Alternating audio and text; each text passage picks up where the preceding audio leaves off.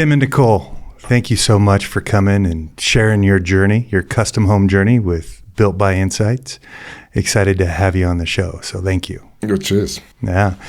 So I just want to tell a quick story. We got to know each other really well in the early stages of the custom home journey, and we became kind of instant friends throughout the process. And I just want to share a story about Nicole and how kind you are. This was during COVID when we were doing the planning and pricing of your project and waiting for, the start date to come to us. And you heard about my parents being homebound and they couldn't get out and get masks. And you handmade them masks and drove them and delivered them on their front porch. And you didn't stop there, because then you came to my house and you dropped me custom masks. You really give to people. And so it's been an honor and journey to be able to hang out with you and get to know you and become friends with you. So thank you. I think I remember I dropped them some cookies as well. Yes. With the masks. We'll talk more about your baking on the show, because that's quite a story all the way through. So Tim, you are an amazing real estate agent with JPAR Modern Real Estate Group. Tell me a little bit about your practice there and what you get to do. We're a small, I say we're a small brokerage, but we've got about 170 agents based out of Arvada. That's not small. We cover all the way from the Wyoming state line, all the way down to just south of Colorado Springs, and we've got several agents that are in the mountains as well. All right. Me personally, I concentrate north of E470. Okay. Because there's far too many people in Denver in the real estate market, and it's not an area that I know, and I'd rather actually just work in areas that I do know. Yeah. So basically, I'll go as far as Greeley, Estes, Westminster, Broomfield, but I try and concentrate in Longmont. So Tim, with your real estate, is there a certain type residential that you focus on, commercial? I stick primarily to residential, but at the moment I'm trying to help my managing broker get more adoption with their IT systems. Okay. So I'm now training people in a main system called Bowl Trail, and basically trying to get them to actually use it, and it makes our actual workflow that much easier, because you've got all your contacts in there. You can go into each contact, see all the communications that are incoming and outgoing, and you basically know exactly where you are with them. And a lot of our people don't use the system, unfortunately. Oh, yeah. But it's like everything else. It's adoption. So you're a real estate agent, and you also work within the brokerage, working in the IT department, supporting other brokers to use the systems and train them? Yeah, it's okay. So JPAR, we're a national franchise. My managing broker has got the franchise for Colorado. Okay. Or one of the franchises in Colorado. And we all use a corporate system. It used to be KV Core, it's now Bowl Trail. I know more about how it works than most of our other agents, so I'm actually training them up in using that so that we can actually track exactly all of our communications with all of our clients, so that we can target exactly the properties that our clients are after. And it just gives us a better advantage over all the other brokerages out there. Yeah. And what do you know about IT? What doesn't he know about IT? IT, so let's see. Well, that was your background. Okay, my background will start in the early 1980s. I didn't go to university. I went down the kind of modern apprentice route. And I started working at Graham Metz, who are now Diageo, in their mainframe operations. Started off as a tape ape. Got promoted to print room, then onto the bridge where we were scheduling the work. Got involved in mainframe networking. Left Graham Met, went to Phillips Petroleum because they had a different system. And so I learned that.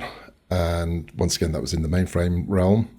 Left there, went to Texaco, also in mainframe operations. Ended up automating the mainframe systems for Europe, Middle East, and Africa on my own. I was put in the problem and change management after that. And before that, I was actually put on disaster recovery. We managed to migrate our mainframe systems from London to Tulsa, Oklahoma. Mm-hmm. Then I was given problem and change management for all computer systems.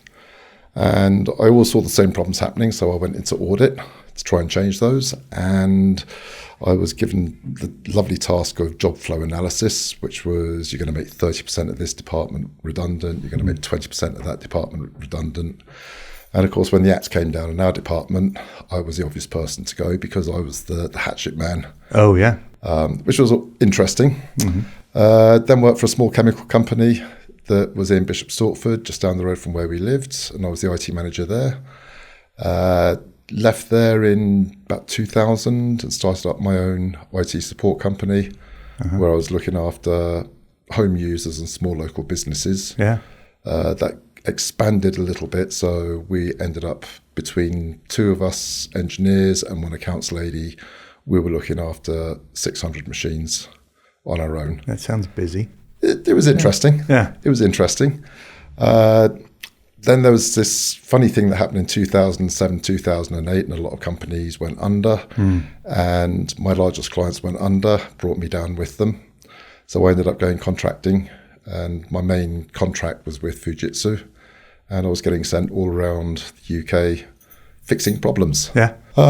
So yeah, I mean, that's basically my IT background. Because I do remember during your build, you did the IT, or you did the networking. You came up with what you wanted to do in the house because you know your stuff. So not every homeowner has that experience. No. So kudos to you. Thanks. Yeah. Nicole? Yes. Why Tim? God only knows. Come on now. I was drunk. The dog fell in love. Right? The dog is long gone. He's still here. 30 years. I guess it kind of works. Yeah, you fell in love with the dog that he had? No, he fell in love with my dog. Oh, okay. My dog thought he was the best thing since Pedigree Chow. I think it was your dog fell in love with me. That's what I said. And he didn't let me go. No. You didn't let him go. You had him by his lower jaw and you were throwing him around my kitchen. It's another story. Where did you guys first meet? Down the pub. Down the pub. This is... After work. Yeah. Where we both worked at Texaco. Yeah, it was at the George in Knightsbridge. Both worked for the IT department. Okay. Separate sections. And that's how you guys... But we met down the pub. Crossed paths and... Yep. Yes. Tim was the smart enough guy to catch Nicole. The lucky one. Yeah, the lucky one. As Nicole says, she would have got less for murder. Yeah. I'd be out by now.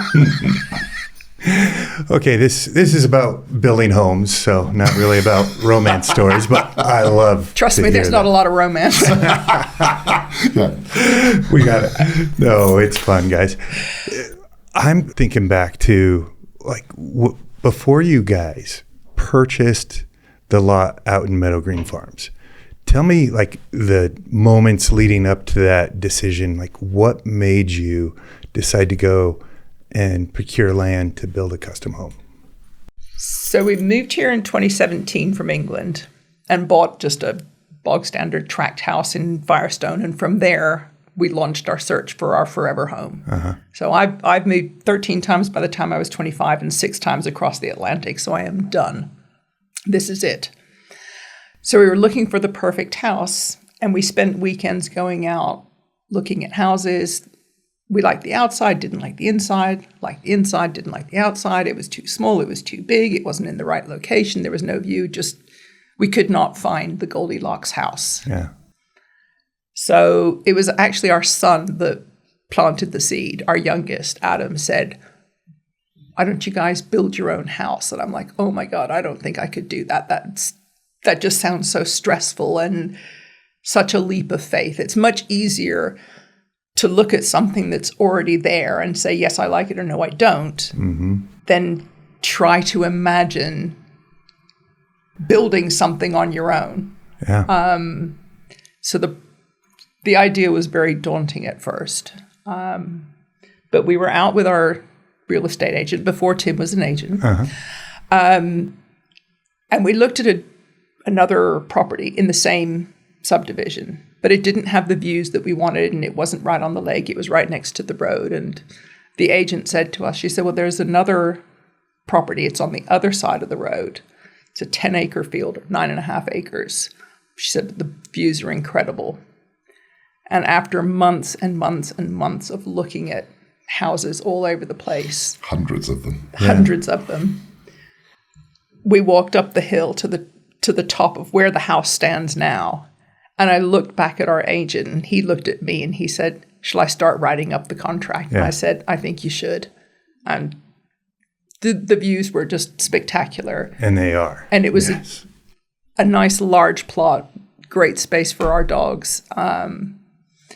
How long was that journey from when you started looking at homes to when you purchased that lot? So we moved to Colorado in September of 2017, and we purchased the plot in May of 2018, I believe. So it was about a year? Not even that. Not even that. No, okay. about Not even that. I didn't do math 6, in my 8 head. months. From September till May. Okay. So, But I mean, it's basically, we spent so much time looking for what we wanted, and we just couldn't find it. Mm-hmm. And that's when Adam was just like brilliant, said, here's something that I've just pulled together. What do you think? Yeah. And it was a real leap of faith to like buy the property, and then it was like, now what? Yeah. Now what do we do? Got to find an architect and a builder, and Well, let's go to that. How did you find your architect? Well, we started talking to other owners in MGF. Yes. In the subdivision? In the subdivision. Yeah. Mm-hmm. And they all said the architect that you want is Karl. Yeah. We'd interviewed a couple of architects, and I don't remember even how we got their names. Mm-hmm. None of them there wasn't that spark that we thought, he gets us. Yeah. It takes a lot to get me. It takes a lot. You got to find the right people. Yeah. And so we kept going. I think we interviewed maybe 3 different architects. And then we went to a party in the subdivision, because there are a lot of parties. And people there suggested Karl, and he had designed several of the homes in the subdivision. Yeah. So we gave Karl a ring. He greeted us in his shorts and flip-flops and cracked a joke, and we just said, yep, we found our architect. Yeah. He got us. That's cool. And so you went through some interviewing, you found Karl. That lot is amazing. Has a lot of requirements because it's in unincorporated Boulder County, right? But tell me the process of, what did you want in your house, and how were you going to fit it all on that lot? Well, I think the first thing we should say is that Karl explained what our limitations were with Boulder County. Yeah. And then from there, we basically said, how do we want to live? But we've got to incorporate all that Boulder County requires of us at the same time. And that was, the geothermal, the solar, it's got to be carbon net zero. DLC, concrete tiles, all of that. And then it was based upon that when we sat down with Karl. And then he's just like, okay, I've looked through the design review, and what is it you like? And we just started going through different styles of houses. Yeah, and we sat down with him. He's like, okay, what do you guys like to do? How do you live your life? And he really walked us through the process. He asked, about the kitchen. We said, we both love to cook. I love to bake. He likes to do the savory. He's like, how do you feel about 2 islands? I'm like, 2 islands? Really? Yeah. We have 2 islands. This was all Karl's design. He talked us through. He made it a much simpler process, because at the beginning it was daunting. Yeah, it is. How do you start? Like kids, we all drew, 2-story house with a window and a roof and a chimney, and that was it. But actually designing a house and figuring out the space and the flow and how it's all going to work. And then we find out about TDCs.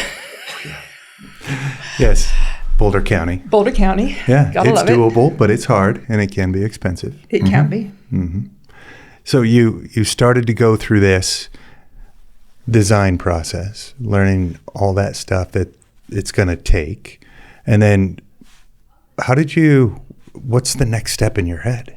Like, we got to find a builder, we got to find an engineer, we got to find a designer. How were you guided along your journey? Well, Karl said the first thing we had to do was find a builder. Yeah.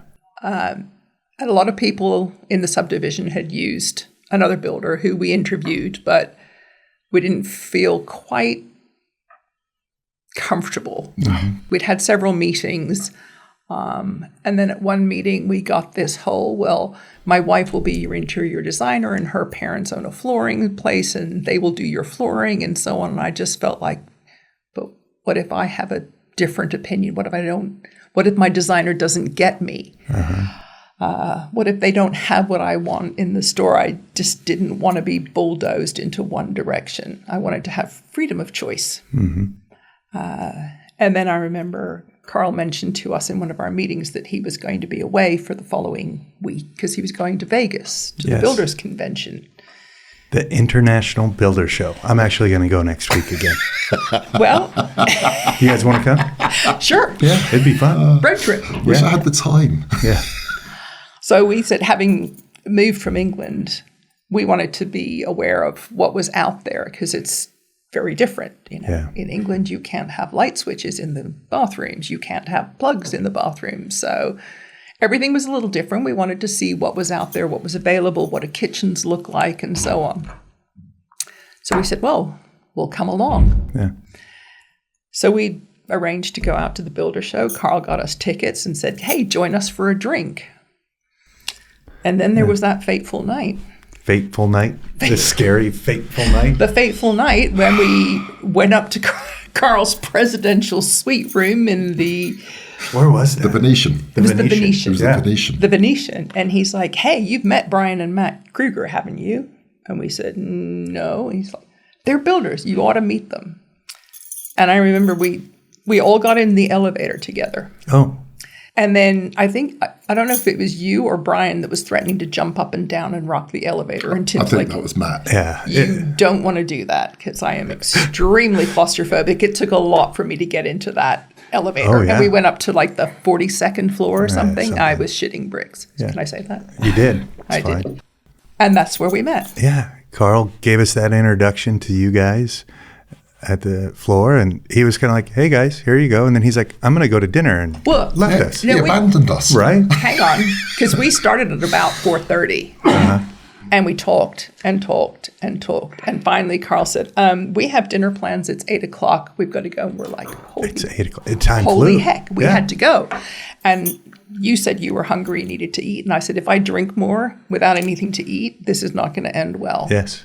And then we carried on the conversation over dinner. That was fun. And I think Tim and I rocked up at our hotel room at 1 o'clock in the morning. Were we out that late? It's Vegas. It was Vegas. It's Vegas. There is no time in Vegas. Yeah.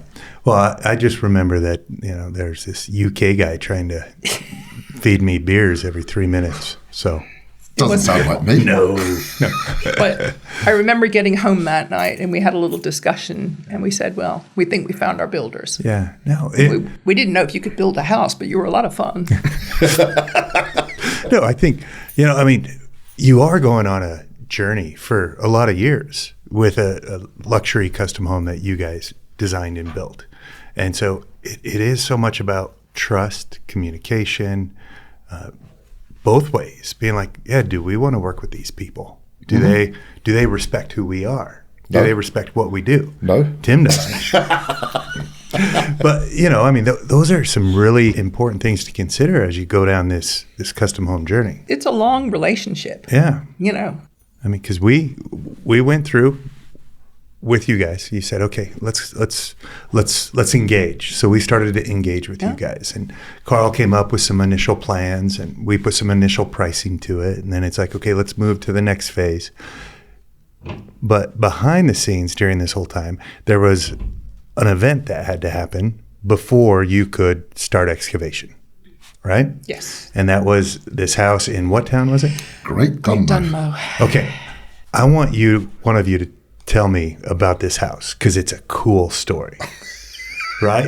In my mind, the way you guys paint this picture is like, it's like this cottage castle with all this real estate in, So it was an old manor house, which used to belong to Daisy, Countess of Warwick. Okay.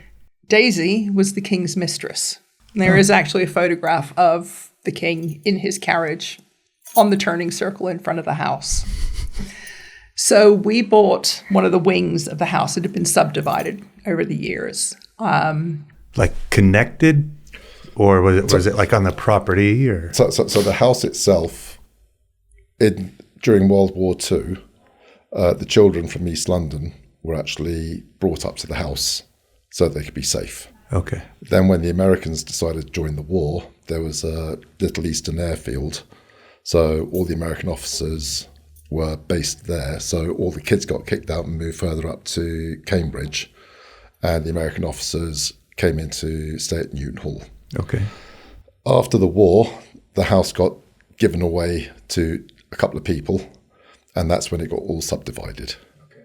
So that's when it went from being a English country house to being a, best way of describing it in American terms is a condominium. Okay. Yeah. And you got, I mean, it's all stone. How old was it? Brick and stone. So it was rebuilt in the 1850s. 1850s, all brick, stone.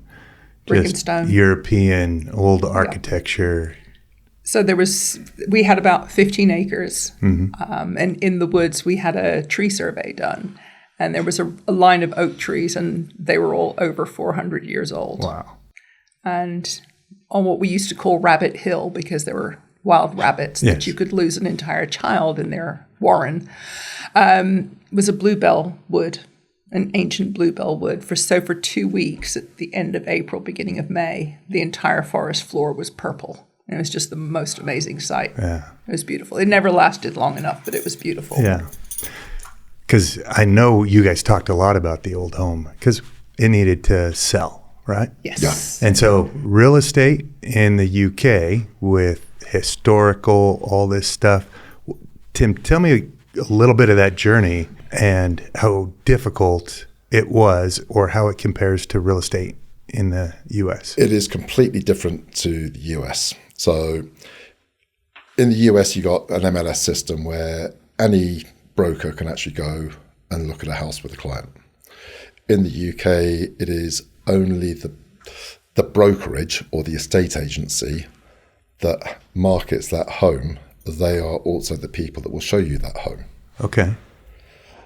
Then the agent isn't allowed to do a lot of the legal work that we do.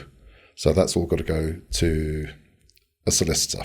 I would say thank God, because they don't have to have formal training anybody can become an estate agent. Yeah. There. Okay. Yeah. So it's a salesperson. Yeah. It's just a salesperson. Yeah.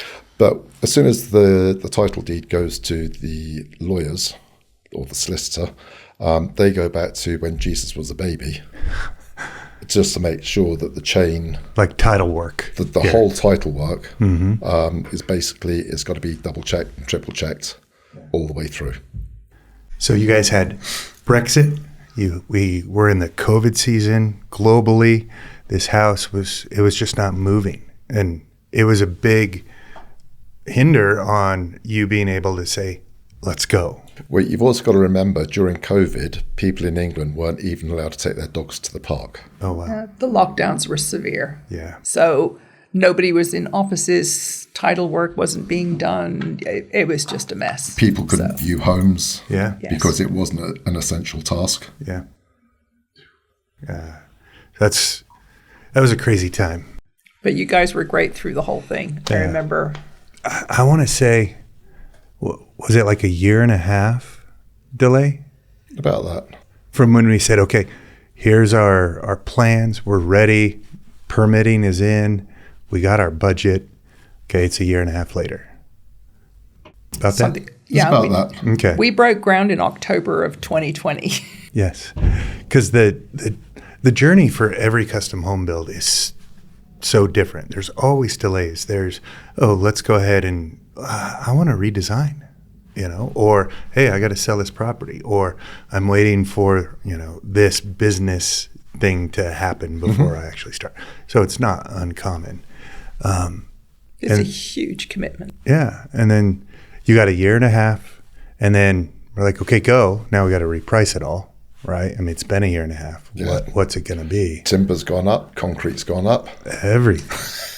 Well, and I think because we were meeting, we still came to see you every so often, just because we missed you. We didn't, but Well, she missed me too.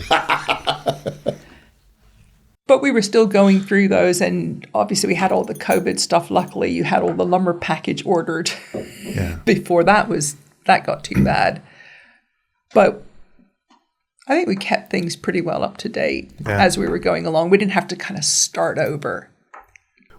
Because it did give us the time to look at all the costs, and especially once we discovered this whole TDC thing. Yeah. Because the original house that we wanted to build. So for those, TDCs is a transferable development credit. Yes, it's Boulder's license to print money. Yes.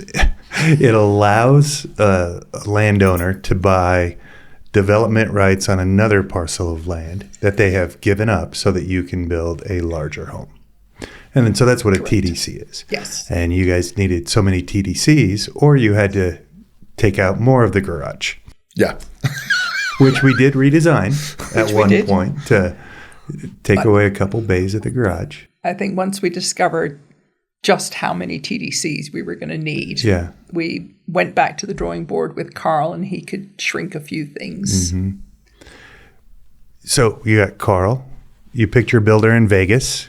Yeah. It's kind of a funny story. Yeah, but they didn't want to come back to Colorado. No, we're still in Vegas. And the designer, you spoke with about the other builder and, filling pigeonholed. When did Jackie come onto the team? So we met and saw the house of another designer, Alana, I believe. Yeah, Alana. They've both been on the show. They're both amazing designers. Mm-hmm. And we loved Alana's house. Yeah. It was incredible. And then, so we had met Alana, and you said, I'd like you to meet Jackie as well. Yeah. And love Jackie's house, the whole French country thing. And I think maybe because Jackie and I were closer in age, we just clicked and we got on really well. Yeah. And so Jackie became our designer. And we had so much fun. We did. Right. I mean, you would confuse me at times because some of your terminology just throws me off. I'm like, what is she talking about? It's a skirting board, not a baseboard. Exactly. Yeah. Architraves. And I'm like, what is I still don't know what they call she talking about? Door frames. Oh, I don't know. What do you call door frames? Door frames? Yeah, architraves. Well, the bit of timber that goes around, we call it an architrave. Case? Door casing? Door casing, okay. Oh, okay. Still don't speak American. I'm going to start using architraves every day. There you now. go. Okay. It sounds so much better. The architrave should look like this. Exactly. Yeah. But we, we brought Jackie on, and you guys, there was something really important to you with the blinds and the cloth and some pattern, right? I'm remembering back to the blinds that you wanted and the wallpaper. But I think the blinds was like this first thing that you guys... Curtains. The curtains. I think probably the curtains that now hang in the dining room. So they're a cut velvet Andrew Martin fabric that we had in our games room in England. Yeah. And I loved those curtains. We brought them with us. So they were it's cut velvet. Cut velvet. Silk velvet. So they're black elephants on a cream background. And I just have a thing about elephants. And so whose print? Andrew Martin. Andrew Martin. Okay. And it's not made anymore, so you can't get the fabric. Yeah. So Jackie arranged, and we worked it all out and adjusted them and added bits, and they now hang in our dining room. That's awesome. Because the inspirations and the things that you brought from the other house or wanted to incorporate because it's your styling, I think you guys really captured. And Jackie was the designer, but you were also a designer in this project. I mean, there's oftentimes that the clients are like, I don't know, I got to lean in to the designer. There's times that they're like, I don't need a designer. I'm like, yes, you do. You really do. And you and Jackie together, I felt like it was a partnership for you guys as you worked through all the design selections and all the trips and color selections and pulling things out into the sun. And Yeah, and this is a very, very different house to the house we had in England. I remember Karl said, do you kind of want to try to rebuild your house in England? I said, no. This is we spent 25 wonderful years there, but this is a new adventure, and we wanted something different and modern and open plan. Yeah. Walk us through the house. Which one? The one in England or the one here? The new one. Oh. Kind of walk us through.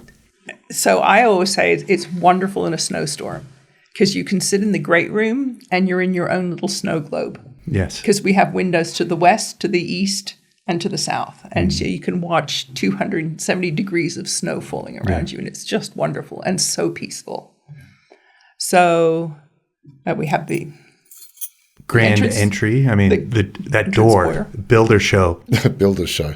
Go back to the front door. Tell us that. So it was a Geldwen door. I think at the builder show it was around about 12 foot tall by about 4 foot wide or 5 foot wide. It was a huge door, and both Nicole and I looked at each other. And after having come back from England, 25 years, our front door was, an inch thick oak door that you couldn't see through, to seeing this fiberglass door with lots of glass in it. Very modern. It was very, very modern, and that was basically that was the starting point of the home. It was like the foundation of what we wanted. We showed the picture to Karl and we said, this is the front door. But the one that we put in, it was as big or bigger than the one at the show? I don't think it's as big. No, I think it is. I think it's the same size as the one at the show, and we built the house around it. It is tall, isn't it? Yeah, it is tall. It's a tall door. Yeah. Well, we're on our third one now, so we should know by now. Yeah. But we love the door. Warranty issues with Geldwen. Yeah. But you guys helped us out on that one, of course. But the door is amazing. And then we did the whole window package kind of around that door with the whole black trim. Yeah. It's awesome. With dear old Rowdy. Yes. And then we have the vaulted ceiling in the great room. And we have the amazing TV that comes down off the wall so that we can sit and look at it. Well, that's thanks to Alan. Thanks to Alan. Yeah. Who I believe has been on before. Yep. And then we have How many bedrooms? 4 actual bedrooms, but 5 potentially. My office is easily a bedroom because there's a bathroom and a big closet. So 5 bedrooms. Do you guys remember the square footage? Something north of 7,000. Yeah, it's about 7,100. And is it a 4-car garage now? 4-car garage. 4-car garage. Depending on how big your garage is. Garage or garage? How your car is. Garage. Garage. The carriage goes in the garage. Yes, it's a bit like Nutella or Nutella. There are no newts in that product, but there's lots of nuts. Oh. Which is why it should be Nutella, not Newt-ella. I'll remember that. No. It's a garage. 4-car garage at the moment. Yeah. A 4-car garage that you get to park 1 car in. Well, there's... At the moment, we can park 2. Yeah. Yeah, there's a little project going on in there. There's a project car in pieces. So I kind of jumped ahead because I do want to stick on the pre-construction, the pre-home, that design phase, all of that. What were some of the hardest times for you guys from when you started designing with Karl to when you actually started construction? I remember sleepless nights. Yeah. Making decisions about things. Okay.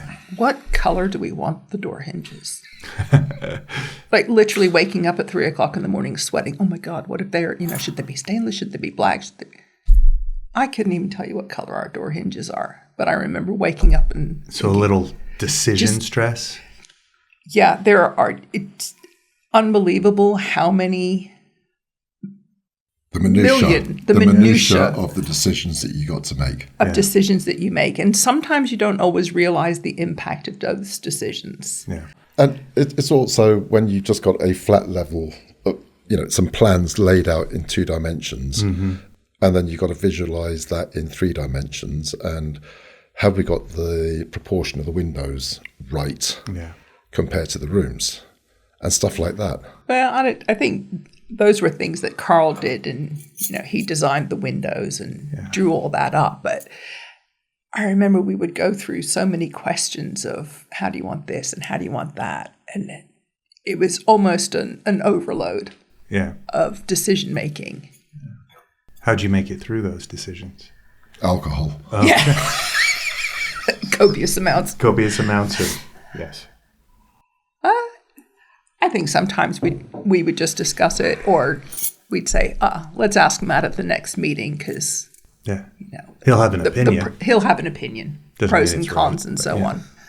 And then we divided up the tasks. So Tim is plumbing, electrics, heating, anything like that. Mine was colors because he's colorblind. Yeah.